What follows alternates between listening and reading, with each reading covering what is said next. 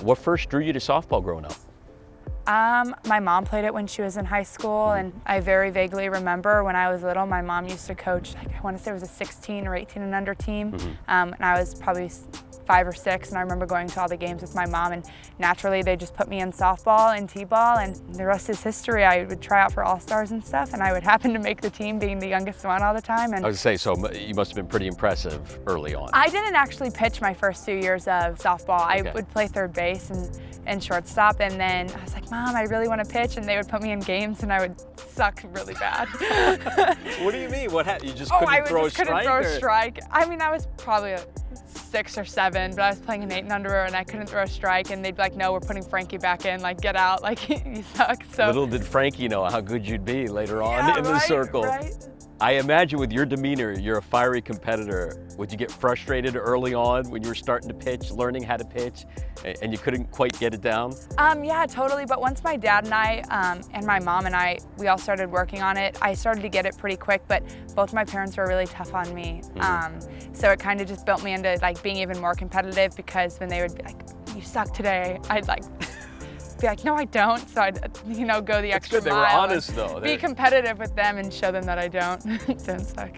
Your dad, is this true, turned your basement into kind of an unfinished basement / softball facility, a 65-foot facility with a pitcher's mound and everything? It is true, yeah. It's pretty amazing, actually. We're really lucky. A lot of people have to take winters off where I'm from, or go find a facility to pitch in, but we're lucky enough that my dad sacrificed his man cave and my mom her workout area. We have a area to pitch. We hit foam balls in our basement. My brother, who's 11, has his pitching mound down there. All of our workouts down there when I was growing up, whether it was like weightlifting or running and pitching, so much pitching, was all done in that basement. You were the #1 prospect, according to some rankings, coming out of high school. Yeah. What made you choose Oregon? Coach White. He's awesome. He coaches for the best interest of the players. He makes us better people, and he's one of the greatest pitchers to ever live, and I know I can grow to my best self under him. How did you first hear that Mike White was coming to Austin? I was sitting in class. It was a journalism class at Oregon, and he had sent us a text letting us know that he accepted the job, and I got up out of class and I walked out. Were you about to have a nervous breakdown? I was bawling. I was like, Mom, you won't believe this. Okay, so what's the first thing that's going through your head? Is it, I'm gonna stay, I may think of leaving, I may think of following him? I didn't know what I was gonna do. I was going to Oregon since I was in 8th grade. I verbally committed to Oregon fall of my freshman year, but I went on my first visit there when I was in 8th grade, and I had known Coach White in Oregon as one since I was 13 years old. So I was pretty shook, and I had created my own little life in Oregon. So I really didn't want to leave, and they hired the new coach, and I was going to stay, and you don't realize how lucky you are with coaches like we have here, like in Coach White and Coach Spencer and Kai and Coach Shaw, until you don't have them anymore. And I knew that they were who I wanted to finish my college career with.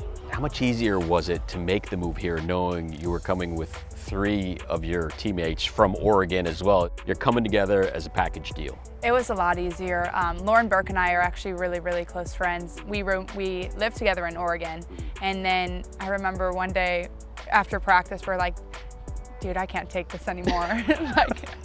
And she's like, should we do it? And I'm like, yeah, let's do it. And, wow. So we went through this together, and I wouldn't imagine going through it with anybody else other than Lauren, and then Shannon committed, then Mary committed, and it's like and we were all close at Oregon too, so the 4 people you're close with at Oregon, they come here, and it was really special, and this team here at Texas, they accepted us, and I'm best friends with them, and it's been really nice to have people welcome you with open arms. Yeah, what's the transition been like, not only on the field, but going from Eugene, Oregon to Austin, Texas? Never having been here before, how has that transition been for you? It's been great. Austin's awesome. I live pretty close to Chicago, so Austin's kind of similar to Chicago with the city feel. Yeah. Eugene was really small. It was a lot of outdoor stuff. Here it's not really small at all. And Lauren and I a little bit more traffic too. Yeah, and Lauren and I talk a lot. We're like, man, if we ever were to go back to Oregon, I'm never going to complain about that campus again. It takes 20 minutes walk to end. At Oregon, it took 5. With a brisk walk, you could cover it in 2 or 3. But it's been a great transition. I absolutely love it here. This is somewhere I could see myself staying post-college. Did you all think you'd be this good this quickly? I don't really think any of us knew what to expect. You know, we knew if we worked super hard that we would definitely be at the top. I mean, we busted our butt in the off season. We came back and we were ready, and we would go super hard in scrimmages and practices, and we came out that first weekend and we looked good, you know. I think it was a pleasant surprise, and we just have to keep growing on it. You know, we set the bar high for ourselves to start off, but if we just keep going up, I could see us making it to the World Series and being in those final 3 games. What about your role as the ace pitcher?